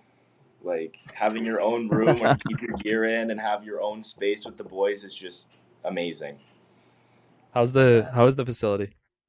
It's a pretty good facility. Yeah, we get quite a few fans, and the dressing room's really nice. And first we had training camp on our second rink actually, and first time I came out there, and we have this little guy, a bunch of little kids wanting us to sign shit, and we sign stuff every game, and it's like the crowd's amazing, lots of loyal fans, so it's great out here. I was gonna say just great to hear that the VI still gets support because we were watching some clips of some teams because we always play a VI team in the Cyclone or the Moat or whatever it's called now. So we were watching some clips and I was looking at some teams get so many fans and some teams just get no support at all. So it's good to see that you guys actually, get a crowd out there. Yeah, we get a decent crowd, but seven how many 700ish I think. Oh, dude, Oh, that's solid, that's man. great. Yeah, That's and a then great crowd. then you look at someone like Campbell River, and their barn's like full every single Yeah, game. Like, it's massive, right? yeah, that's crazy. Have you had any? I know you played them, but did you play them in Campbell River? Yeah, we've played them 3 times now. Oh wow. Yeah, Okay. we played them once in preseason, and we lost our first game. Oh no, we won our first game in overtime, lost our second game in overtime, and then we lost to the. Oh no, we played them 4 times. Won in Oh wow. overtime, lost in overtime, lost 6-0 in our home opener to them. Oh, Yeah, and then we lost 7-2 the other night to them. So okay. yeah, it So was. are they pretty good or They're a Oh, wagon. they're pretty gross. They're the Yeah. best team in this league, I think. really? Okay. They were my prediction to win the. No, you didn't you Fort Alberni go? Did I? Fuck. Actually, I did. That's actually true. I don't think Port Alberni's as strong as Campbell River. They're at the top of the league right now, I think though. Okay, good to know. Yeah. Good to know. Well, Joe, It's you got between my those two. It's between those two for me. I think those were my two picks, but Don't count out the Kings. no, I We won't. didn't, bro. I had them. Had you guys in playoffs. We both had you Yeah, guys third. we got you guys making playoffs. Don't worry. Beauty. Especially with Dickie's influence, man. That guy knows how to run a team. So Yeah, he took last year a team full of rookies and we went 500, right? A lot better than what everyone else thought we were going to be. Yeah, a no lot better kidding. than what they're doing now. Yeah, I try not to watch. Home opener was actually like I have never been like I was so upset. I was just upset Really, watching. what was the score? Who'd they play? They played Ridge and they lost 14-2. Oh yeah, that sums it up. That's brutal. Well, I Ridge just is like what 8-0. yeah, Ridge. They had their first close game. They beat Richmond 4-3, but every other game's been a blowout. Yeah, well, they had what every single guy return. Pretty much. Yeah, Traded Fidel, but yeah. they're winning. Ridge was that. yeah. Ridge was gross when we played against them. We had even with both two of their top forwards out, they were still disgusting. Yeah. Like, and the fact that a lot of them are returning, coming back, and just another year older, it's just fucked. Like, they're so good. Yeah. They've been rolling 4 lines. They're not even like 4 even They lines. cut They're the spreading bench everyone out. They're not even they're not even rolling like a top 6. They're running 4 even lines. And they're Probably not blowing against teams Richmond, out. but sorry. And they're blowing teams out like that. Yes. That just shows you their dominance in that league. Yeah, it's been ridiculous. But a little more about your experience so far in Comox. So I mean, obviously Dickey named you captain. You got a great leadership team around you with Charlton Beach, and I'm not sure who the other guy is, but I'm sure if he was chosen, he's a great leader as well. So how's that been like getting to see this year and being a part of that leadership team, running court? I'm sure. Yeah. Are you the guy that reads out of the book, or? I don't read out of the book. I just kind of say $2, $2. You know, let's pass them around. Right? Charlie writes down all the fines, but yeah, it's been really good. This is my first time ever having a letter in junior, so first time ever in hockey having the C. So it was definitely it's new for me. But having like Charlie and Veach and his name's Parksy, our third assistant, he's a really good guy as well. They Nice. really helped me. So it was hard coming in trying to be a leader, but I think I'm getting the hang of it. Nice. And was there a lot of returning players from the team last year? I don't think there was many, but No, I don't think. I think there was Parksy, Tegan Clayton, and Landon May. wow, They were only call ups last year though. No actual full returning guys. wow, that's crazy. Really? Yeah. So Wow. you feel a little more responsibility this year, like different than kind of your previous years of junior, or? Oh yeah, I was a complete idiot my previous years of junior. Like I had no care in the world. I was loudmouth doing whatever the hell I want, but like now I got to kind of keep it under control and be a leader for Give the the boys. captain speeches and stuff. Oh, I'm not very good at those, but I'm getting there, I think. Well, I mean, when we had Rylan on, he mentioned a PSA: don't ever talk in court when you're not supposed to be if Brayden Candy's in the room. So you think that's pretty accurate? Yeah, the rookies definitely they were a lot more chatty on the first couple days, but not as much anymore. We have these 2 boys on our team, the Muxlow twins from Chilliwack. Yeah. We actually had to put a rule in for these 2 because they're the funniest guys I've ever met. So if they make a joke that is and we laugh at it, we're not allowed to find them. But if we don't laugh, we can find them. That's a really good rule. I like that. That's actually Yeah, good. That's that should be a universal rule, actually. I don't know if I agree with that. I like finding people, but Has the salt and pepper triple been back this year? yeah. So salt and pepper triple's back, and we actually added another one. It's a Whoa. salt, pepper, sugar triple. His name's Isaac Dunsire. He's my rook, so we love him. Okay. Pretty close with him. Yeah. Nice. That's good. Well, I mean, you mentioned the Muxlows. You also have another set of brothers from France, both of whom are leading the way as far as points go. What has it been like getting to play with guys who are actually international and 2 that are as nasty as these guys are? They play the game so well. They control the puck well, and they're just great hockey players. They're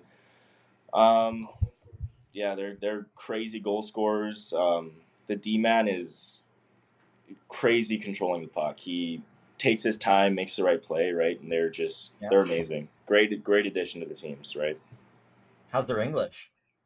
It's actually pretty good. We'll be playing like music in the dressing room, and they'll know every word to most of the damn songs we play. So. Oh wow, not bad. Yeah.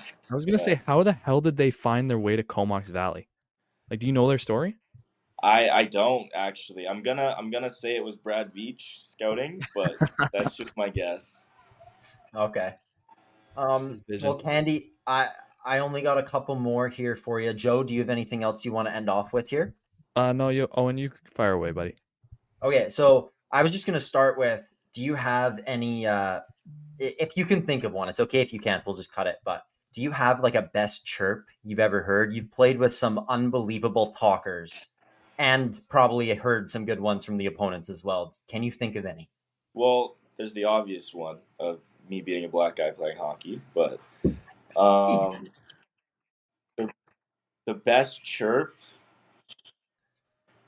I think the best. I'm gonna say it's a chirp that I heard someone call Shenye forever ago. Called him a ostrich. The way he skates.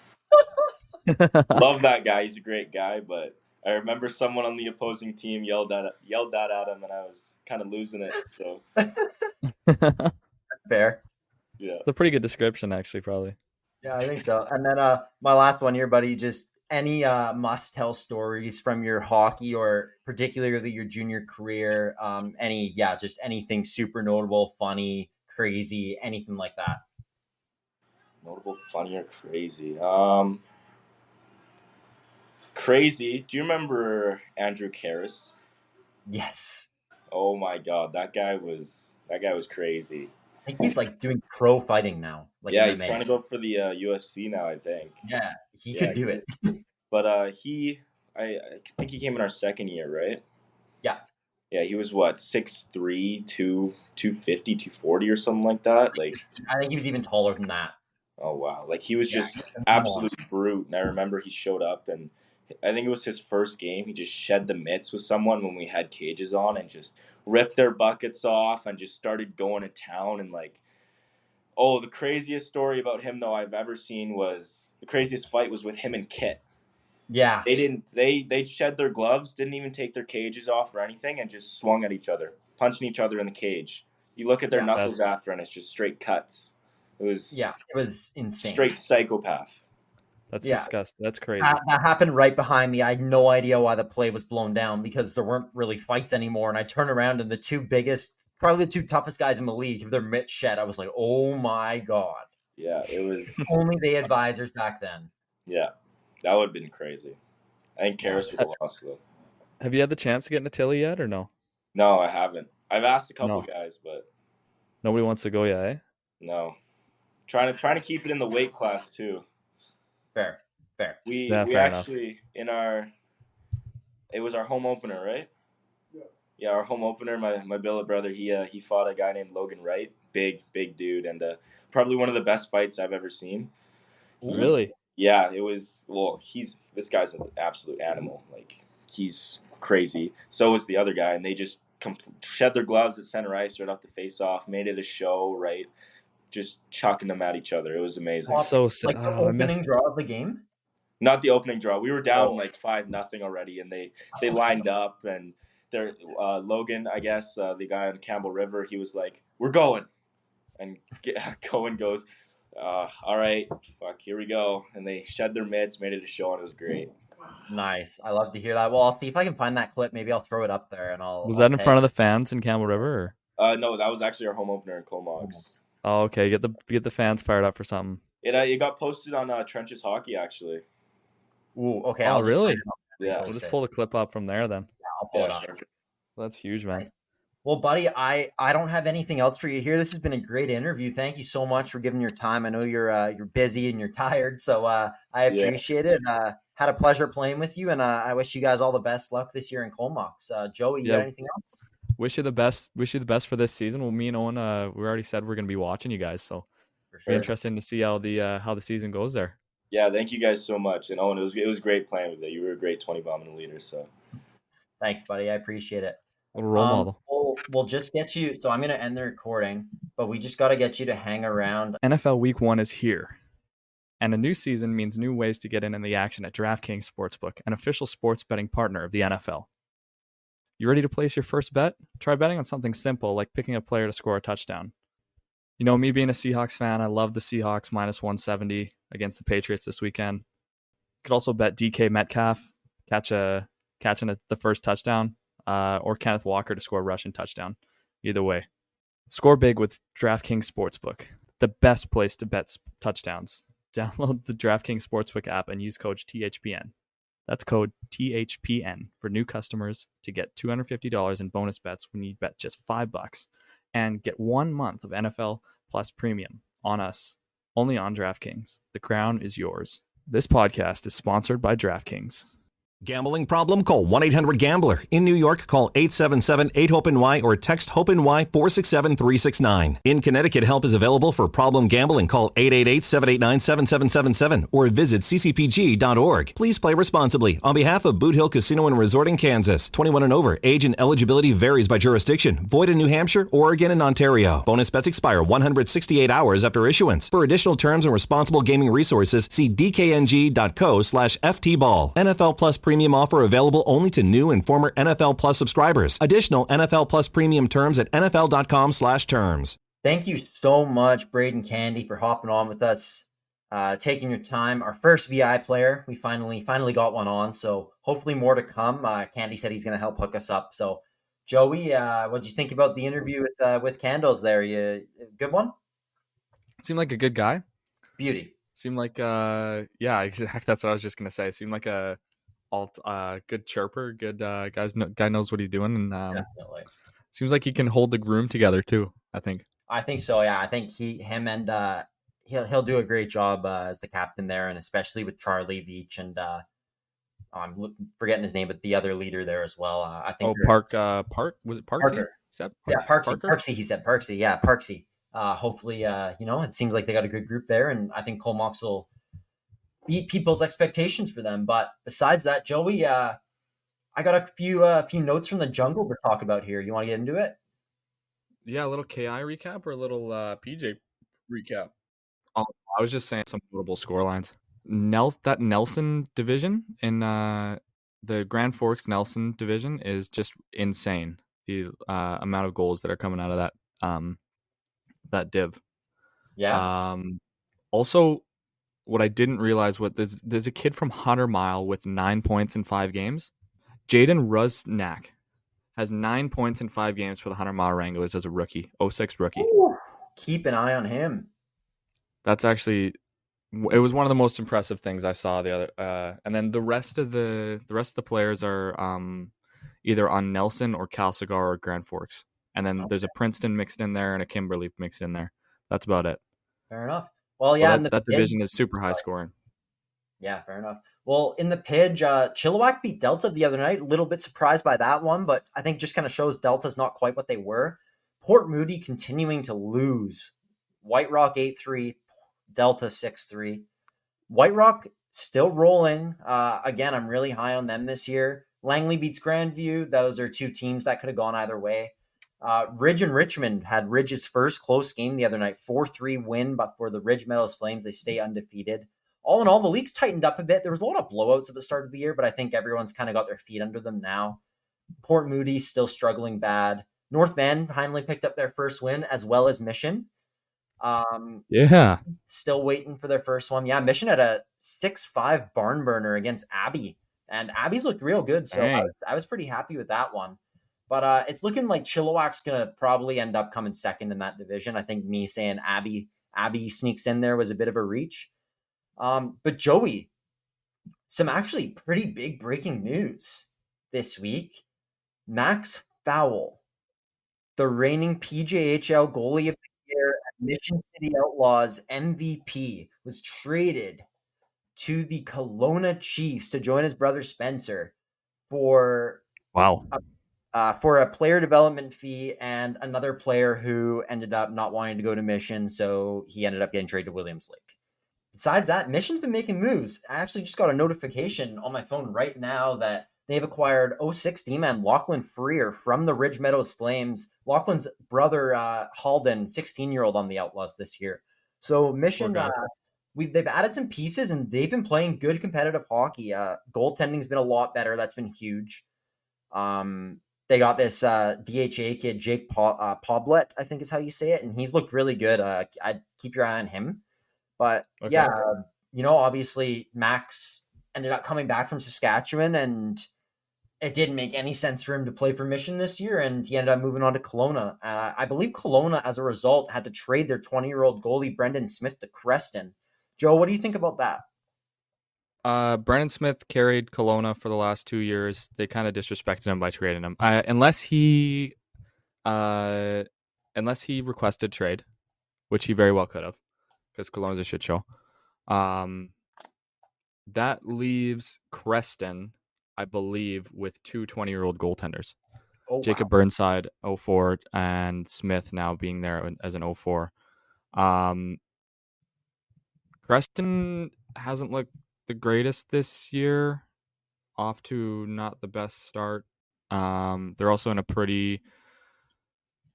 Are they in... what division are they in? I always get them mixed up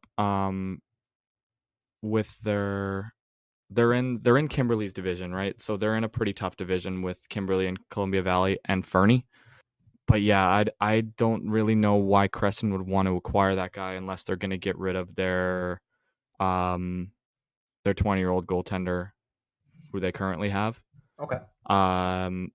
Also, yeah, that I don't know why Kelowna would also trade that guy, considering, because is Max is a 20-year-old as well? Yes, he is. Yeah. So I don't know why Kelowna would really want to trade for him, other than the fact that his brother's on the team. It just doesn't make a lot of sense to me. It was a couple question marks flying around for that. I think the KI Sniper actually had something to say about that too. Yeah, the KI Sniper definitely had something to say. Big Brendan Smith fan. But I think they understand that Max is pretty top tier when it comes to this, and even as good as Smith is, I think Kelowna does get an upgrade there, even though it might not make sense based on where I think the team's going to finish in the standings. But Max carried us last year. Like, he will be a huge boost for that team. Another thing I wanted to mention. Sorry, I just lost it. Another thing I wanted to mention, Joe, Ashton McDonough is back with the Abbotsford Pilots. So that's a huge ad for them. Really bolsters. Did they just get him back, or? He just came back. Yeah, he played him a game against Mission, where Mission won, though. Oh, okay. Yeah, so Mission, eh? Yeah, Mission. What else was I going to mention? Here, so that's a big ad for Abbotsford. Yeah, that is Abbotsford. What do we predict Abbotsford to finish to get in the playoffs, or no? Yes, we did. Okay, so probably a pretty good thing for them. Yeah. One thing that I wanted to mention from the KI quickly, two things actually. One is that your favorite team in the KI, the Chase Heat, are currently first in the Doug Burks division with a 3-2 record. Oh. Yeah, I don't know. That division is a shit show.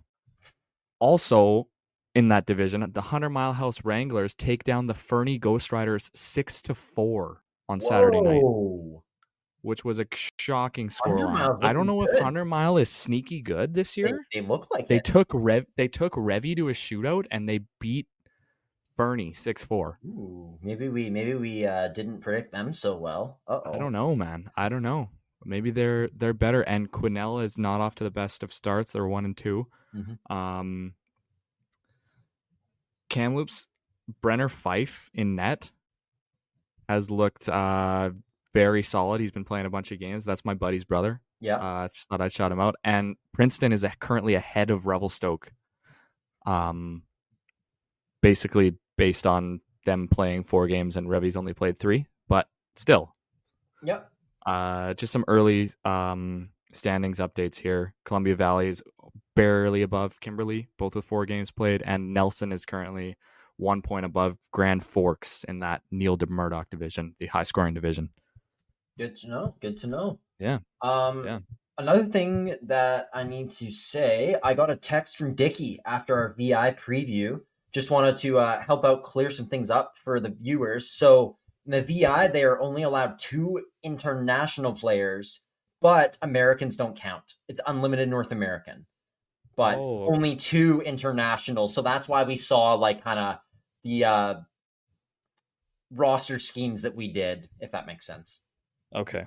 This is why we're getting some foreign guys and some Americans. Exactly. Yeah. But that's pretty much all I have for the Jungle Buddy. But do you have anything else? I don't think so. I think that's pretty good for our Jungle update. We switch off to talk about Cole Palmer's 4-bagger, or first thing I've written down, dude. So yeah, okay. So moving on to our Jungle sports talk here. We're done. Non-hockey related stuff. Our non-hockey related stuff. The Jungle sports segment here. Joey, your boy Cole Palmer. He's on my fantasy Premier League team. Thank goodness. 4 goals in the first half. Oh my goodness. He's so good. He's so good. He's so good. He's so good. He's the best. When he's in form, he's the best player in the Prem. Whoa! When he plays shit like that, you can't tell me that he's not the best player out there. Yeah, but like he's you can't say so that's fucking his good. form. You can't say 4 goals and a half is his form. How many goals and assists did he have last year? I think he has more goals and assists in the current year than Holland.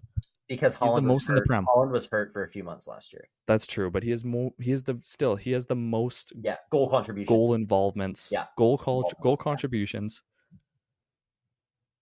in the Prem, which is the best league in the. I'm sorry, the Prem is the best league in the world. No, it is. He's unbelievable. It's been amazing. Chelsea's gonna get top 4. They are. Chelsea could fucking contend for the title. They're sneaky. They're good. They look really They're good. sneaky good. I love Maresca. I love how we're fucking whipping the ball around. I love how we're finally figuring it out. Are you back on the Nico Jackson train? I don't think I ever really got off the Nico Jackson train. I just said that he needed to learn how to finish his breakfast and then he'd start bagging goals. Did you see that one he missed last game? Yeah, it was brutal. Palmer made probably the best pass in soccer/football history. Yeah, that was a messy pass. That was a messy pass. And Jackson had the whole net and just shot it right back into the keeper, defender, whoever it was. Yeah, just brutal. Just fucked it. The thing is, dude, Jackson gets himself into positions like that, and then he just can't finish. Yeah. He's so good at getting in the right position to get the ball, and score, and he just fucks it up. I know, man. Fucks up the finish. It's the hardest part. The hardest part of soccer is hardest part of football is finishing. Yeah, no, for sure, man. And he just messes it up. But he's also only 24. He's gonna develop.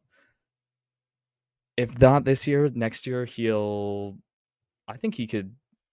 I don't know if we needed Ozyman. We'll see. We'll see. I don't have much to talk about soccer-wise, but I do want to move on to a little bit of baseball talk, which we haven't really done any of, but we can't not talk about Shohei Ohtani right now. Yeah, that's true. He's going to go down as the top 5 athlete of all time. So we need to talk about Shohei Ohtani. 50 home runs and 50 stolen bases. In the same game, he breaks his own record and gets 51 of each. And I think he's at 53. Did he get 52? I think he got at least 52. I think he might have gotten up to 53. That's wild. What is going on? That's wild. It's too bad he gambles. Not he's on the Dodgers. I hate the Dodgers or anything. Yeah, I fucking hate the Dodgers, man. I really wish that he would have fucking went to the Blue Jays. Baseball needs a real salary cap. It's such a joke that the Dodgers just sign every player to a deferred it's such a joke that that's allowed. But yeah, and then they can just pay him later. Yeah, but not to take away from what he's doing. He's going to be one of the best athletes of all time, and 50 home runs, 50 bags, it's untouchable numbers. And imagine, he's not pitching right now, but when he gets back to that too, oh my goodness, this guy is just a freak. So Shohei Ohtani deserves every bit of respect in the world. He deserves every penny on that contract. And I'm excited to watch him for the future. He's just going to keep doing shit like this for the rest of his career. He keeps doing the unthinkable. So anything else for baseball, Joey? The season just ended. There was that double header. Who was it? Mets and Braves. Right? Did that happen? Do you remember that? Do you watch that? I knew all about it. Yeah, for the playoffs. Yeah, what happened? So if you didn't know, it was between the Mets and the Braves. They had a rainout, so they had a double header on the last day. No one else played, and it was just them. So the scenarios were if they split. So if they each won one game, they both got in. Yeah. But if one team swept, then the Diamondbacks would have got in. Yes, exactly. And the team that swept. I'm 90% sure that they split. I need to look it up. Oh, they did split. Yeah. No. Yeah. Okay. So I was right. So they ended up splitting, and they both ended up making the playoffs. Wow. That is insane. I think. That is no. Yeah. I think you're right, buddy. I think I saw some of the Diamondbacks owner. Oh yeah, the Diamondbacks owner was choked, and so would I be. Yeah, I saw something about that. He was saying he blamed their season on him signing that pitcher for $47 million or something. Yeah, I think it was Montgomery. Is that his name? Yeah, it might have been. I might have. I think it was him. I might have made Montgomery up, but yeah. So baseball playoffs starting up. We'll probably talk about the baseball playoffs a bit. I mean, October is the best time of the year for baseball. It's when it gets real exciting. So we'll probably touch on it, but we're not going to jump too hardcore into that, especially when neither of our teams are in it. So, Joey, you got anything else sports wise? I have one more thing we can end on. No, let's wrap it up here. Well, this one's it's a bit of a sadder note, but just remembering a legend. Dikembe Mutombo passed away today. If you don't know, no cookie. No. one of the best and most iconic defensive players in NBA history. Just unbelievable in his prime. I obviously we never witnessed it ourselves, but he's an absolute legend of the game, and I think everybody knows and loves Dikembe Mutombo. So I was very sad to hear about his passing this morning. Joey, you were always a huge fan of Mutombo. I was a big Mutombo fan. You're laughing at me doing the no cookie thing because I always used to use him in 2K, and then I'd block Owen when we were playing 2K, and then I'd be like, no basket for you. He was broken when it came to like at the rim defense because he was so good defensively. Yeah, he was unbelievable. I just loved his name too. I always wanted one. I might buy a Mutombo jersey, like a Nuggets Mutombo jersey. Oh, get one of the prime Hawks ones, dude. Or the Hawks, yeah. That's true.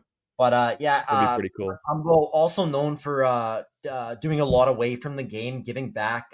He's from he's a Congolese American, so he's from the Congo, and he does a lot to give back to Africa and as well as just the local communities. So he was known for a lot of humanitarian things off the court as well, and he deserves some recognition for that. Besides his incredible career in the NBA. Anything else there, Joey? Yeah. Did you see the other passing? No. Pete Rose. What? You didn't see that? No.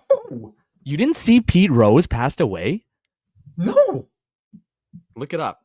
I didn't. That's a live reaction. That's a live reaction. I can't believe it. It's a live reaction. And he's not in the Hall of Fame. And he will never. He won't get in the Hall of Fame now. Oh no, man! 83 years old. Shouldn't have done it, but still. Heart disease. Yeah. Yeah, just another absolute legend of baseball. Wow. Obviously, probably one of the most controversial. Not the most controversial, obviously, because of Barry Bonds. But one of the most controversial non-Hall of Famers of all time, I think. Yeah, I would say so. Wow, that's crazy. I can't believe I didn't see that. It happened on the same day as Mutombo, so I probably you probably saw Mutombo and then didn't see Pete Rose. Yeah, fair enough, man. Fair enough. Well, anyways, buddy, anything else for the episode today, or are we wrapping it up here? I think that's good, man. I think just rest in peace, Pete Rose. Rest in peace, Dikembe Mutombo.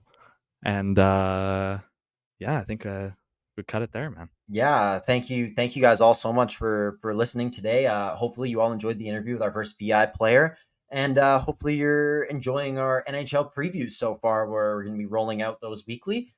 Maybe a little more when the season starts. We don't want to get too behind, so we'll see here, but plan to probably have one of those a week as the season gets going, and we'll obviously always be continuing to cover our junior leagues that we all love and that we're listening for. So stay tuned for another interview next week. Another great episode as usual. Lots and lots of good guests coming in the near future. I am so excited about some of the guys we're going to be getting on soon. And another pretty cool thing that me and Joey did the other day that I don't think we should probably tell anybody about yet, but we got more content coming for you guys, and we're really excited. So as always, be sure to share, follow, download, rate. Stay tuned to all the social medias. Check out the reels. Send in clips you want to see. You want to see some highlights. Sorry, highlights. That's actually true. We should mention that at the beginning. Mention that at the beginning of next episode. We will. But yeah, send us some highlights. We should start reacting to a couple clips at the start of our episodes. I meant to talk to you about that. That's a great idea, Joe. Like throw some clips on the Instagram and then get some podcast reaction would be pretty nice. I love it, dude. Well, anyways, yeah, there's another great idea from Joey that we'll implement soon here. But for now, that's everything we got. So everyone, hopefully you enjoyed, and stay tuned next week.